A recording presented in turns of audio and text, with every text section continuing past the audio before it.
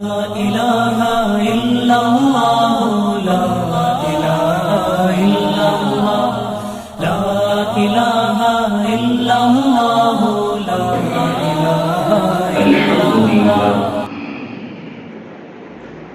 الحمد لله نحمده ونستعينه ونستغفره ونؤمن به ونتوكل عليه ونعوذ بالله من شرور أنفسنا ومن سيئات أعمالنا. من يهده الله فلا مضل له ومن يضلله فلا هادي له. ونشهد أن لا إله إلا الله وحده لا شريك له. ونشهد أن سيدنا ومولانا محمد عبده ورسوله صلى الله عليه وعلى آله وأصحابه وبارك وسلم تسليما كثيرا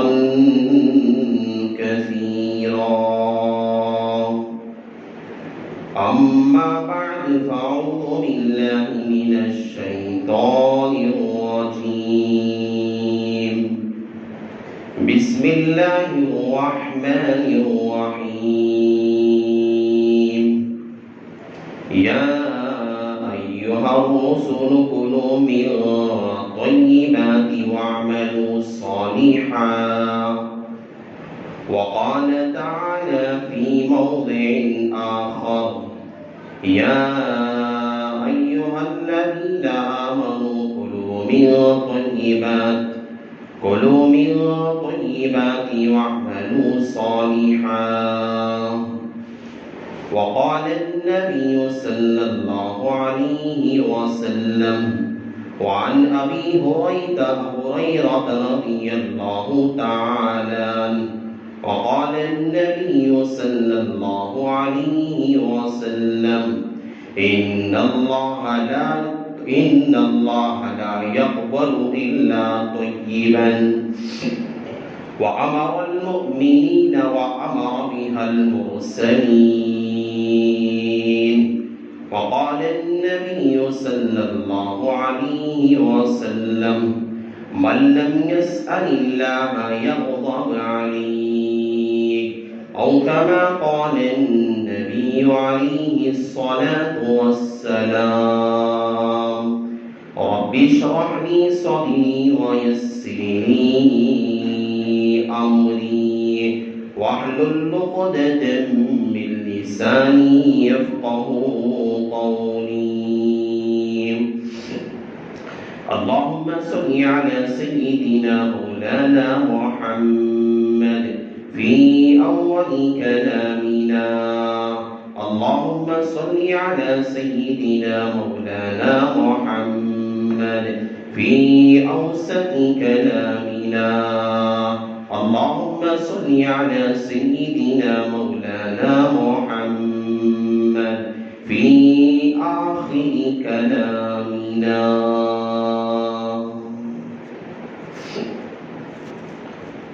معزز سامعین کرام،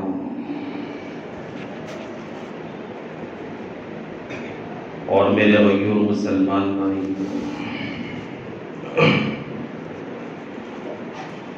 جو لوگ باہر ہیں اندر جگہ ہوتے ہیں،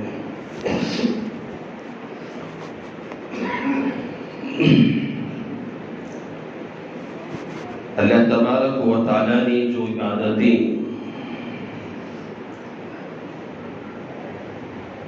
اللہ نے مختص کی ہے، خاص کی ہے،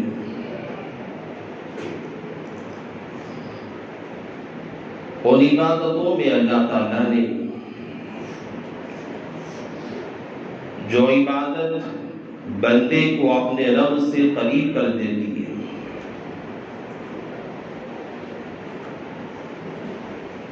جس عبادت کے ذریعے سے بندہ اپنے رب کو پانے والا بنتا ہے۔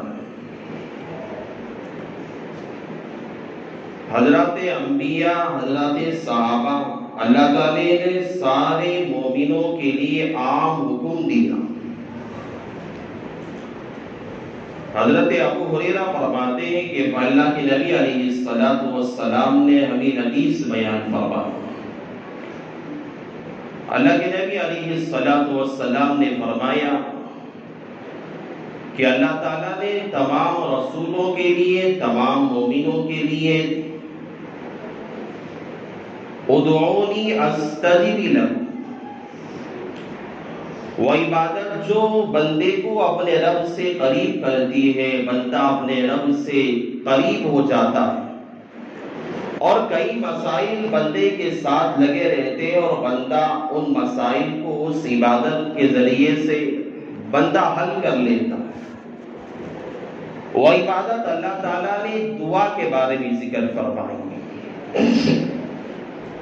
جس کے بارے میں خود اللہ کے نبی علیہ السلام نے بڑی رہنمائیاں فرمائی ہے۔ حدیث کی کتابوں میں بڑی طویل حدیث ہے جس کے بارے میں ملتی ہے۔ اللہ کے نبی علیہ السلام نے اس کے آداب کے بارے میں تذکرہ فرمایا کہ بندے کو جب خدا کے سامنے بندہ ہاتھ اٹھاتا ہے، دعائیں کرتا ہے، تو بندے کو اپنے معبود حقیقی کا یقین سامنے رکھ کر بندہ دعا کرنا چاہیے۔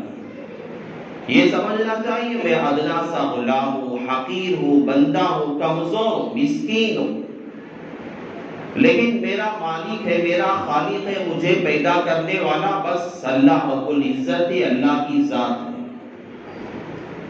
تضرعا وخفیا، اللہ تعالیٰ نے قرآن میں تذکرہ کیا، ادعو تضرعا وخفیا، بندہ جب خدا سے مانگے عاجزی اور انکساری کے ساتھ، بڑے ادب کے ساتھ، بڑے سلیقے کے ساتھ مانگنا چاہیے، یہ طریقہ بندے کا ہوتا ہے۔ اور اس کے بارے میں اللہ نے خود کہا، میرے بندے کو چاہیے کہ مجھ سے مانگے، ادعو، میرے بندے کو چاہیے کہ مجھ سے طلب کرے، استجب لکم، میرا بندہ جب مجھ سے مانگتا ہے میری شان ہوتی ہے کہ میں اسے عطا کیا کروں۔ اس سے ہٹ کر اللہ کے نبی علیہ السلام نے حدیث پاک میں اللہ کے نبی علیہ السلام نے فرمایا کہ من لم يسأل اللہ یغضب علیہ، اللہ تعالیٰ جو بندہ دنیا میں بھی بندہ جو طالب ہوتا ہے اسی سے خوش بھی ہوتے۔ دنیا میں بچہ اپنے والدین کے ساتھ عاجزی کے ساتھ پیش آتا ہے، انکساری کے ساتھ پیش آتا ہے، اخلاق کا مظاہرہ کرتا ہے، بڑے انکساری کے ساتھ باپ کے سامنے بچہ کچھ مانگتا بھی ہے، بڑے اخلاق کے ساتھ پیار اور محبت کے لہجے میں باپ کے پاس اگر نہ بھی ہو تو باپ اسے لا کر قرض کی شکل میں لا کر اسے دینے کی کوشش کرے گا۔ لیکن اس سے ہٹ کر اگر اولاد ہے، بچہ ہے، باپ کے سامنے، والدین کے سامنے غلط رویہ اختیار کرے، غلط طریقے سے مانگے، تو اگر باپ شاید کہ مجبور بھی ہوگا لیکن اس کی طبیعت اسے دینے کی نہیں ہوگی۔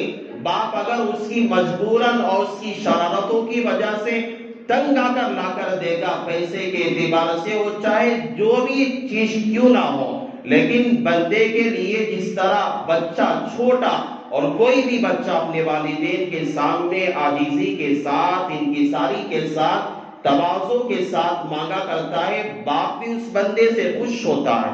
اس لیے اللہ تعالیٰ کے اللہ کے نبی نے فرمایا کہ بندہ جب خدا سے مانگنے والا ہوتا ہے اللہ تعالیٰ اس بندے سے خوش بھی ہوتے ہیں، اور جو بندہ خدا کے سامنے ہاتھ اٹھانا چھوڑ دیتا ہے، مانگنا چھوڑ دیتا ہے، اللہ تعالیٰ اس بندے سے ناراض ہو جاتے ہیں۔ دنیا میں باپ بچوں سے ناراض ہو جائے اس کی زندگی تباہ ہو جاتی ہے۔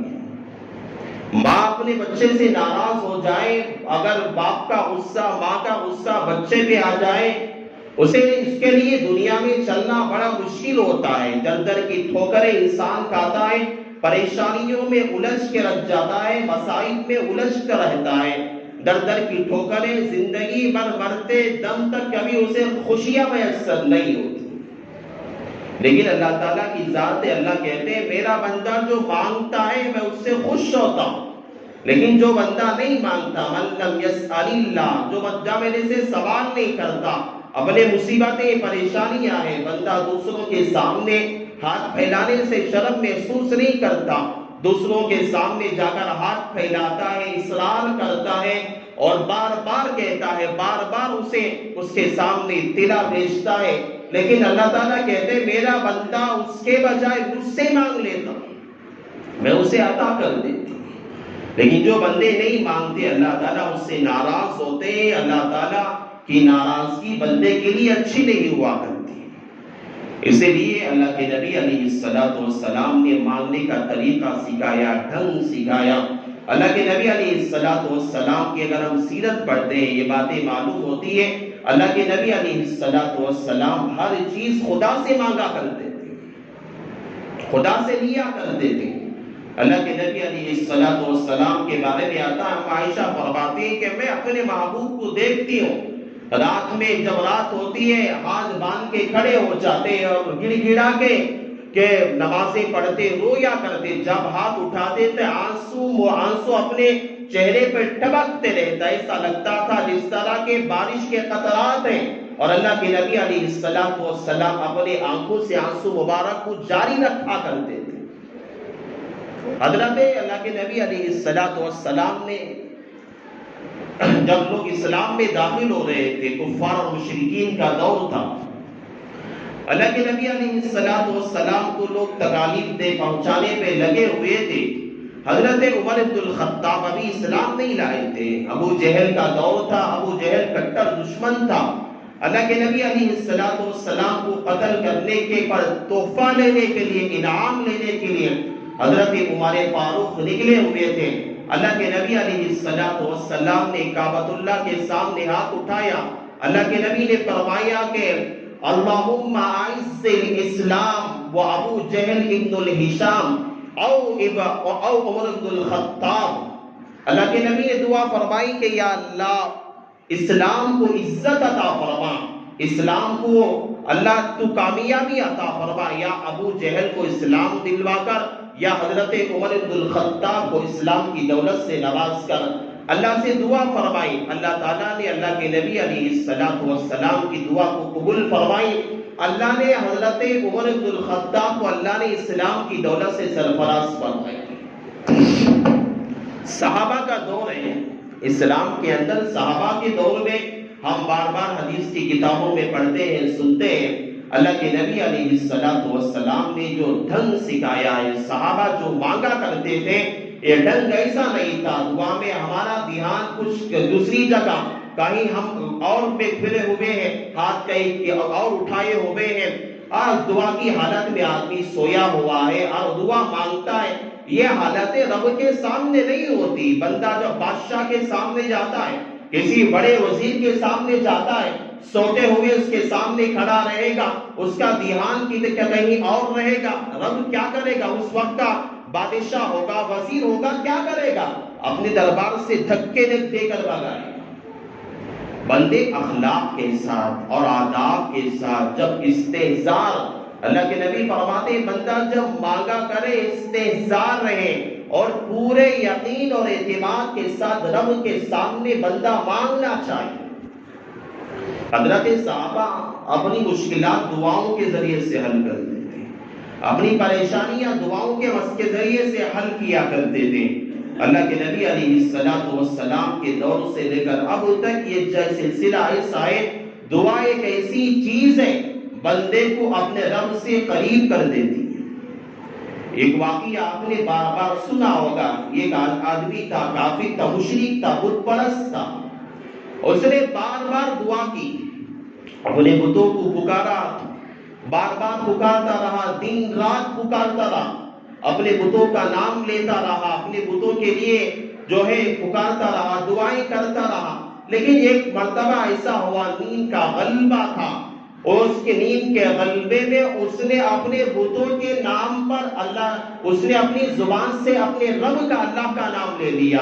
اللہ تعالیٰ نے اس کی دعا قبول کر لی۔ فرشتوں نے پوچھا تھا، یا اللہ یہ تو اپنے بتوں کا نام لیا کرتا تھا اور تو اپنے بس اس نے نیند کے غلبے میں تیرا نام لے لیا، اس نے اس کی دعا قبول فرما لی۔ تو اللہ تعالیٰ نے فرشتوں سے کہا تھا کہ میرے فرشتوں، اس نے بتوں کو پکارا، وہ خاموش رہے، انہوں نے کوئی اس کی مدد نہیں کی، کوئی جواب نہیں دیا، اس نے میرا نام لیا، سمد کا نام لیا، تو اللہ نے کہا لبیک یا عبد اللہ، اے میرے بندے میں حاضر ہو، کیا مانگنا چاہتا ہے مانگ لے۔ اگر میں بھی اگر جواب نہ دیتا، بتوں میں اور میری میں کیا فرق رہ جاتا۔ یہ دعا بڑی تاثیر ہے۔ میں دعاؤں کے بارے میں آج بتانے والا نہیں، اس کے بارے میں ایک نکتہ آج میں آپ کو سمجھانا چاہتا ہوں۔ دعاؤں کے ذریعے سے مسائل اب سے نہیں، آج سے 1450 سال پہلے سے ہر مسئلہ لوگ دعاؤں کے ذریعے سے حل کرتے ہیں، ہر مسئلہ دعاؤں کے ذریعے سے حل کرتے ہیں۔ حضرت ساور فاروق کے زمانے میں ہو، حضرت ابو بکر صدیق کے زمانے میں ہو، صلاح الدین ایوبی کا جب دور آیا، حضرت صلاح الدین ایوبی رحمت اللہ علیہ جب انہوں نے ایک بڑی جنگ چھیڑی تھی، جب جنگ چل رہی تھی، حضرت صلاح الدین ایوبی رحمت اللہ علیہ کو یہ پیغام آیا کہ تمہارے ساتھ جنگ لڑنے کے لیے کفار اور مشرکین کا ایک بڑا لشکر سمندر سے سفر کرتا ہوا پہنچ رہا اور تمہارے ساتھ جنگ کرے گا۔ حضرت صلاح الدین ایوبی نے اپنے کمانڈر کو بلایا، کہا کہ ہمارے لشکر کا حساب لگا کے بتاؤ۔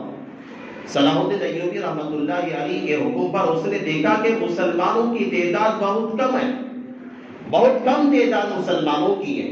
حضرت صلاح الدین ایوبی رحمت اللہ علیہ سے آ کر بتایا کہ مسلمانوں کی تعداد کم ہے، لیکن سمندر سے آنے والا لشکر جو سفر میں ہے یہ بہت زیادہ لشکر ہے، اگر یہاں پہ اگر آ کر پہنچے گا مسلمان کا تو خاتمہ ہو جائے گا، مسلمان ہار جائے۔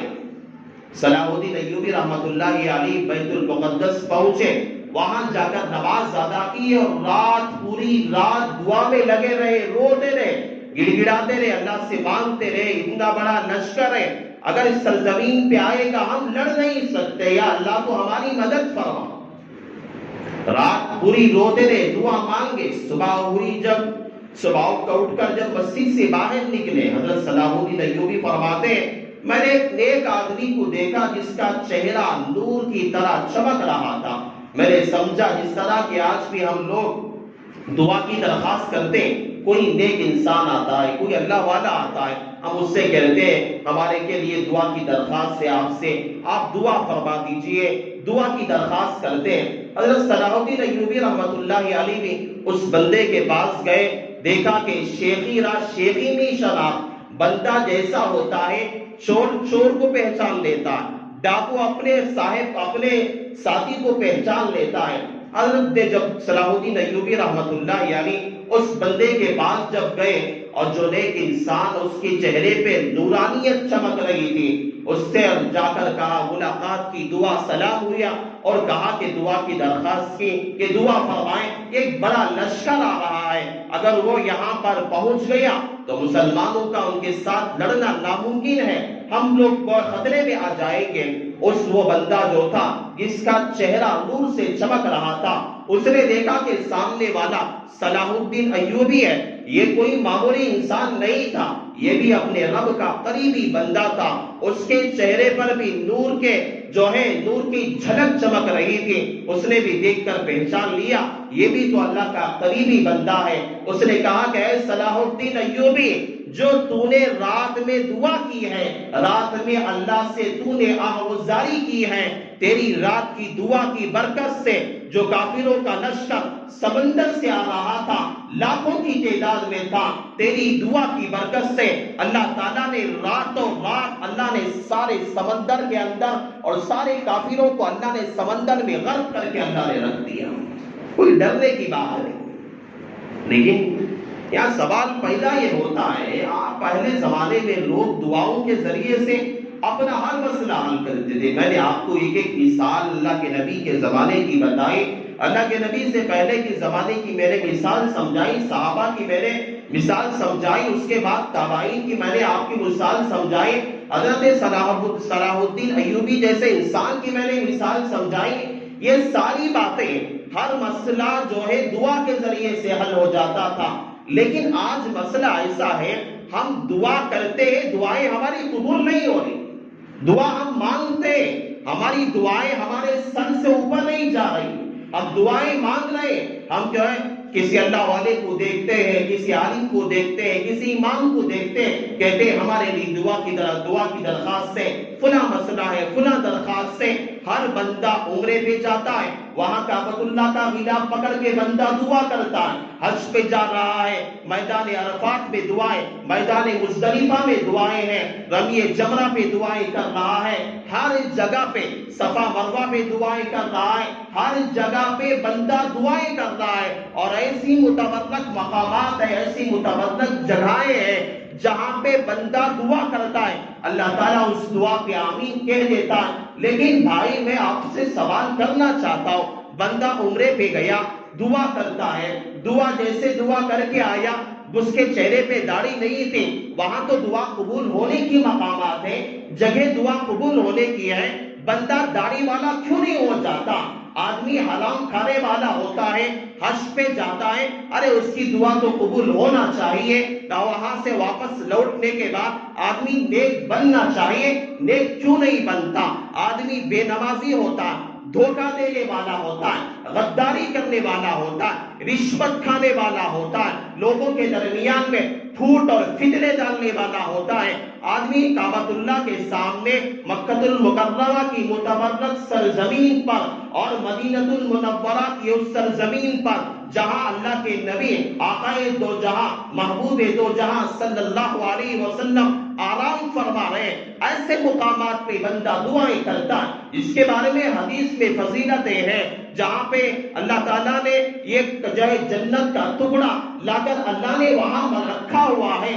اس مقامات پہ دعائیں کرتا ہے، بندے کی دعائیں قبول نہیں ہوتی، حالات تبدیل نہیں ہوتے، حالات میں تغیر نہیں آتا، بندے کو سر میں درد ہوتا ہے. پہلے زمانے میں صحابہ کے زمانے میں صحابہ جب بار بار سنتے، سن کے ہمارے کان سن ہو گئے ہوں گے شاید کہ بار بار کی سنتے ہیں کہ جانور مر جاتا تھا، صحابہ اپنے اونٹ سے اترتے، سواری سے اترتے، دعا کرتے، مرا ہوا جانور کھڑا ہو جاتا، مرا ہوا جانور اٹھ کے بیٹھ جاتا. بس حضرات صحابہ کے یہاں فاقے ہوتے، دعائیں کرتے، اللہ تعالیٰ غیب سے انتظامات کر دیتا. میرے بھائی آج ہم لوگوں کو سر میں درد ہوتا ہے، آج ہمیں پیٹ میں درد ہوتا ہے، آج ہمارے لیے آج ہم دعائیں کرتے ہیں. میرے بھائی ہماری دعائیں ہمارے سر سے اوپر نہیں جا رہی، ہمارے سر سے اوپر نہیں جا رہی. قرضداری ہے، قرضداری بڑھتی جا رہی، مصیبتیں ایک کے بعد دیگر ایک کے بعد پیدا ہوتی جا رہی ہے. وجہ کیا ہے؟ آخر وجہ کیا ہے؟ کچھ نہ کچھ تو ہونا چاہیے. وجہ کیا ہے؟ اتنے بڑے زمانے سے یہ دور چلتا رہا ہے، صحابہ کے زمانے سے، تابعین کے زمانے سے دور چلتا رہا ہے. یہ دور ایسا ہی چلا، وہ بھی تو انسان تھے، ہم بھی انسان ہیں. وجہ کیا ہے؟ ہاں ایک تو بات ہے حرام کھانا، یہ الگ بات ہے، حرام کھاتا ہے آدمی. اگر کوئی دوسری جو ہے غلط کاروبار کرتا ہے، یہ اپنی جگہ غلط بات ہے، یہ بات آدمی کو نظر آتی ہے، ہاں میں جو کھا رہا ہوں یہ حرام ہے. آدمی دھوکہ دے کے کماتا ہے، ہاں سمجھ میں آتا ہے کہ یہ بھی حرام ہے. آدمی اگر کسی کی رشوت دیتا ہے، آدمی کو نظر آتا ہے ہاں یہ بھی غلط ہے. آدمی اگر کسی کے ساتھ دھوکے بازی کر کے کماتا ہے، آدمی کو یہ بات بھی سمجھ میں آتی ہے چلو یہ بھی غلط ہے. لیکن یہ گلوکتا آج مسلمانوں میں لوگ آج اس پہ غور نہیں کرتے. آج جو ہے لوگ جو ہے کھانے کے اعتبار سے، اللہ تعالیٰ نے رسولوں کے بارے میں اللہ نے کہا، حضرت ابو ہریرہ فرماتے پیغمبر علیہ السلام نے ہمارے سامنے بیان فرمایا کہ ان اللہ لا يقبل الا طیبا، اللہ تعالیٰ عبادت میں پاک چیزوں کو قبول کرتا ہے. اللہ کی ذات پاک ہے اور پاک ہی کو قبول کرتی ہے. اور اللہ تعالیٰ نے امر المؤمنین وبما امر المرسلین، اللہ تعالیٰ نے رسولوں کو بھی حکم دیا یا ایھا الرسل کلوا من طیبات واعملوا صالحا، اے رسولوں، اے نبیوں اور پیغمبروں، تم اپنی جگہ معصوم ہوگے، تم اپنی جگہ بڑے عہدے والے ہوگے، تمہارا منصب سب سے اونچا ہوگا، لیکن کھانے پینے میں احتیاط کیا کرو، پاک چیزیں کھایا کرو، حلال چیزیں کھایا کرو۔ اللہ تعالیٰ نے رسولوں کو جو حکم دیا، اللہ تعالیٰ نے مومنوں سے کہا یا ایھا الذین آمنوا کلوا من طیبات، اے ایمان والوں، اے اسلام لانے والوں، اے میرا کلمہ پڑھنے والوں، اے قرآن و حدیث پہ چلنے والوں، اگر تمہارے لیے دنیا میں رہنا ہے پاک چیزوں کا استعمال کیا کرو۔ اللہ نے رسولوں سے خطاب، مومنوں سے خطاب۔ یہاں پر ایک چیز ہے، ایک صاحب نے آج سے کئی 25 سال پہلے کی باتیں بتا رہا ہوں، 1995 میں، یعنی 95 کی باتیں بتا رہا ہوں۔ ایک صاحب نے، مولانا نے ایک واقعہ لکھا ہے اپنے یہاں، اور وہ فرماتے ہیں کہ ہمیں روحت جمعہ، ہمارے شہر بندور کے رہنے والے بڑی شخصیت ہے، حضرت اللہ تعالیٰ حضرت والا جسے مفتی شعیب اللہ خان صاحب دامت برکاتہم العالیہ، اللہ تعالیٰ حضرت والا کا سایہ پوری ملت پہ اللہ تعالیٰ قائم و دائم رکھے۔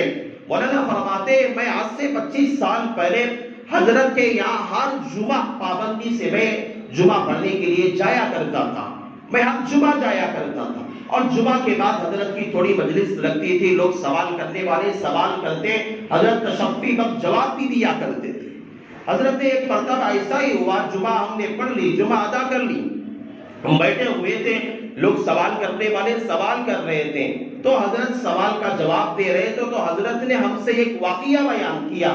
حضرت نے کہا کہ میرے پاس ایک صاحب 2 برہمنوں کو لے کر آئے تھے، 2 برہمن میرے پاس آئے اسلام قبول کرنے کے لیے، انہوں نے میرے ہاتھ میں اسلام بھی قبول کیا، ان کے کچھ اشکالات تھے، انہوں نے اسلام کے بارے میں اشکالات تھے، اعتراضات تھے، انہوں نے اعتراض کیا، اشکال کیا۔ حضرت فرماتے ہیں میں نے اس کا جواب بھی دے دیا، اس اعتراض کا تسلی بخش جواب بھی میں نے دے دیا، وہ اطمینان بخش ہو گئے، اسلام قبول کر لے۔ انہوں نے اپنے دھرم کے بارے میں، برہمن ذات کے تھے، انہوں نے اپنے ذات کے بارے میں بہت ساری معلومات دی اور بتایا کہ فلاں یہ ہے، تو انہوں نے بتاتے ہوئے برہمن نے، ان دونوں برہمنوں نے کہا کہ حضرت ہم اسلام کو بہت پسند کرتے ہیں، اسلام میں پاک کی صفائی ہے، طہارت ہے، حیا ہے، عفت ہے، پاک دامانی ہے، اسلام بڑا مہذب مذہب ہے، ہمیں بہت پاکیزہ مذہب لگتا ہے، لیکن جو مسلمان آج ہے تمہارے یہاں اسلام والے، ایسا لگتا ہے آج مسلمان تمہارے یہاں روزانہ 5 وقت روزانہ دعائیں کرتے ہیں، ہم لوگ بھی جا کر مندروں میں گھنٹیاں بجا کر تو اتنی مرتبہ روزانہ 5 مرتبہ نہیں جاتے، مسلمان ہیں روزانہ فجر میں دعا کرتا ہے ربنا آتینا فی الدنیا حسنہ، ایسی جامع دعا ہے اللہ تعالیٰ بندے کو دنیا آخرت دونوں کی خوشیاں عطا فرماتا ہے۔ روزانہ ظہر میں دعا، مغرب میں دعا، عشاء میں دعا، 5 وقت بندہ دعا کرتا ہے، اور نوافل کے بعد دعائیں ہو رہی ہیں، سنتوں کے بعد دعائیں ہو رہی ہیں، جمعہ میں دعائیں ہو رہی ہیں، کعبۃ اللہ میں دعائیں ہو رہی ہیں، مدینہ طیبہ میں دعائیں ہو رہی ہیں۔ برہمن نے کہا کہ حضرت مسلمان کا جو طبقہ ہے، تمہارے جو مذہب کے ماننے والے ہیں، اتنی ساری دعائیں کرتے ہیں، اللہ سے مانگتے ہیں، ایسا لگتا ہے کہ تمہاری دعائیں قبول نہیں ہوتی، اکثر لوگوں کی دعائیں قبول نہیں ہوتی۔ حضرت تعجب سے پوچھے بھائی کیا مسئلہ ہے، کیا بتا رہا ہے تو، کیوں قبول نہیں ہوتی، کیا حرام کھاتے، رشوت لیتے اس وجہ سے؟ حضرت اس نے برہمن نے کہا حضرت ایسا نہیں، تمہارے قرآن میں تو صاف اس کی صلاحت ہے، لیکن ایک بات یہ ہے کہ مسلمان اس سے انجانا ہوتا ہے، اس میں نیک صالح اور نمازی روزے دار سب شامل ہوتے ہیں۔ اس نے اپنے مذہب کے بارے میں تعارف کراتے ہوئے کہا کہ حضرت ہم جو صبح اٹھتے ہیں، صبح اٹھنے کے بعد ہم جب اپنی ہوٹلیں کھولتے ہیں، ہوٹل کھولنے کے بعد ہم لوگ اپنی ہوٹلوں کے یہاں ہم پوجا پاٹ کرتے ہیں، ہم گائے کا جو ہے گوبر لا کر، پاخانہ لا کر ہم لیپا کرتے ہیں، اور ہمارے یہاں مذہب میں یہ بھی ہے ہم گائے ماتا یعنی بیل کے پیشاب کو ہم بڑا متبرک سمجھتے ہیں، ہم اسے پیا بھی کرتے ہیں، اور ہماری ہوٹلوں میں ہم لوگ گائے ماتا کے پیشاب کو ہم جو خالی برتن، خالی جو ہوتے ہیں برتن، ہم اس میں برکت کے طور پر گائے ماتا کے پیشاب کو ہم ان برتنوں میں ڈالا کرتے ہیں، اور ڈالنے کے بعد پورے دکان کے کونوں میں ہم اس پیشاب کو لے جا کر ڈالا کرتے ہیں، چھڑکا کرتے ہیں۔ جس طرح تم قرآن کے کلمات کو پڑھ کر برکت کے طور پہ استعمال کرتے ہیں، ہم اسی طرح بیل اور گائے ماتا کے پیشاب کو ہم پوری ہوٹل میں برتنوں میں استعمال کرتے ہیں، اور انہی برتنوں میں ہم پکایا کرتے ہیں۔ اور تمہارے مذہب کے ماننے والے مسلمان ہیں، صبح میں فجر کی نماز پڑھ کے ٹہلنے کے لیے، واک کرنے کے لیے جاتے ہیں، نمازی ہوتے ہیں، نیک لوگ ہوتے ہیں، صالح لوگ ہوتے ہیں، متقی لوگ ہوتے ہیں، ٹہلتے ہوئے آتے ہیں، آتے ہوئے ہماری ہوٹلوں میں ناشتہ کرتے ہیں، کھانا کھاتے ہیں، اور انہی کھانوں میں گائے ماتا کا پیشاب ملا ہوا ہوتا ہے، اور ان کا کھانا تمہارے مذہب میں حرام ہوتا ہے، اور کھا کے جاتے ہیں، جس کی وجہ سے تمہارے مذہب میں تمہارے مسلمانوں کی دعائیں قبول نہیں ہوا کرتی۔ ہم غور نہیں کرتے بات، جس ہوٹل میں ہم چائے کھا لیتے، غور کر کے دیکھیں، یہ سب بہت غور کی باتیں بندہ سوچ بھی نہیں سکتا، ہوتا ہے۔ برہمنوں کی ہوٹل میں ہم مزے لے لے کر فلاں جگہ یہ کھانا اچھا ملے گا، ناشتے کا فلاں آئٹم فلاں ہوٹل میں ملے گا، فلاں جگہ ملے گا مزیدار کھانا، فلاں جگہ اڈلی ڈوسا فلاں جگہ اچھا ملے گی، جا کے کھاؤ۔ پتہ نہیں کو کس نے کس جگہ پہ گائے ماتا کا پیشاب ملا ہوا ہے، اور گائے ماتا کا پیشاب حرام ہے، اور حرام غذائیں کھائیں گے، ہماری دعائیں کہاں سے قبول ہوتی ہیں؟ تو اس برہمن نے کہا کہ حضرت تمہارے ماننے والے تمہارے مسلمانوں کی اس بات سے آگاہ کرو۔ برہمن نے کہا، غیر مسلم نے اور کسی غیر اللہ کے پوجا کرنے والے نے، انسان نے سمجھ لیا کہ مسلمانوں کو اگر حرام کھلائیں گے، حرام کی عادت ڈالیں گے، تو ان کی دعائیں ان کے سر کے اوپر بھی نہیں جائے گی، تو ان کے لیے آسمان سے مددیں اور نصرتیں، اللہ کی طرف سے غیبی مدد کہاں سے آئے گی؟ ہم تو بڑے شوق سے کہتے ہیں، بڑے شوق سے۔ احتیاط کریں میرے بھائی، احتیاط کریں، سوچ سمجھ کے جائیں۔ کہیں بھی کھانا ہے، کھانے کے لیے میں ایسا نہیں کہتا ہوں کہ حرام ہے، لیکن اگر ضرورت پڑے، بعض لوگوں کی عادت ہوتی ہے ہر کھانا، دوپہر کا ناشتہ، شام کا ہر کھانا ہوٹل میں کھانے کی عادت ہوتی ہے، گھر میں کھانے کے لیے اسے پریشانی ہوتی ہے۔ دیکھو اکابرین کے بارے میں، خصوصاً اب جو ہندوستان کے اندر علماء ہیں جن کے بارے میں حخود جانتا ہوں، حضرت مولانا سجاد نعمانی صاحب دامت برکاتہ العالیہ، بڑے عالم دین ہے، بڑے جید بزرگان دین میں سے ہیں۔ حضرت کا آج بھی معمول ہے کہ حضرت آج بھی غیر مسلم کے ہاتھوں کا پکایا ہوا کھانا نہیں کھاتے، غیر مسلم کے ہاتھوں کا پکایا ہوا نہیں کھاتے، نمازی آدمی کا پکایا ہوا حضرت کھایا کرتے ہیں۔ دیکھو ہوٹلوں میں تاریکی ہوتی ہے، تاریکی ہوتی ہے، آدمی اگر کھائے گا آدمی کے نفس کے اندر بھی تاریکی پیدا ہوتی ہے۔ ہاں ضرورت ہے، تقاضا ہے تو کسی اچھی ہوٹل کا انتخاب کرو، کسی اچھی جگہ جاؤ، ایسی جگہ نہ جاؤ جہاں گائے ماتا کا پیشاب پلایا جاتا ہے اور غلط جو ہے گوشت پلایا جاتا ہے۔ بہت ساری جگہ ایسا بھی ہے جہاں جو ہے اللہ کا نام لیے بغیر ذبح کر دیتے ہیں، ایسی ہوٹلوں میں بھی لوگ جا کر مزے لے لے کر کھاتے ہیں، جس کی وجہ سے آدمی سوچ بھی نہیں سکتا اس کا نقصان کیا ہوتا ہے، آدمی کی عبادات پہ نقصان پڑتا ہے۔ اس پر غور کرنا چاہیے۔ آپ لوگوں سے میری درخواست ہے اس پر احتیاط کریں۔ کھانے کا مسئلہ ہے، حتی الامکان ہوٹلوں میں کھانے سے پرہیز کیا کریں، گھر میں کھانے کا معمول کریں۔ اگر تقاضا ہے، بشری تقاضا ہے، ضرورت پڑ جاتی ہے، مجھے بھی ضرورت پڑ جاتی ہے، آپ کو بھی ضرورت پڑ جاتی ہے، تو اچھے ہوٹلوں کا انتخاب کریں، ایسے برہمنوں کی ہوٹلوں میں نہ جائیں جہاں یہ لوگ استعمال کیا کرتے ہیں۔ اور برہمن کی بات ہی نہیں ہے، بہت ساری جگہ آپ دیکھے ہوں گے معمولی غیر قومی جو ہوتا ہے، غیر مسلم بھی ہوتا ہے، وہ بھی اپنی ہوٹلوں کے پاس گوبر لیپتا ہے، پیشاب لیپتا ہے، اور پیشاب کو گائے ماتا کا لے کر چھڑکتا رہتا ہے۔ بہت سارے ان کے مذہب میں، بہت ساری ذاتوں میں یہ طریقہ ہے، اور یہ لوگ انہوں نے اپنی کتابوں میں خود لکھا ہے کہ یہ لوگ تبرک کے طور پر اپنے ہوٹل میں چھالا کرتے ہیں، جب چھالتے ہیں برتنوں میں پڑے گا، پکائیں گے، کھائیں گے، آپ کا کھانا حرام ہوگا، آپ کی دعائیں قبول نہیں ہوتی۔ اللہ سے دعا ہے اللہ تعالیٰ سب سے پہلے اللہ مجھے عمل کی توفیق عطا فرمائے، اللہ تعالیٰ آپ کو بھی عمل کی توفیق نصیب فرمائے۔ بس انہی کلمات پر میں اپنی بات کا اختتام کرتا ہوں۔ آمین، وآخر دعوانا الحمدللہ رب العالمین۔ ہے۔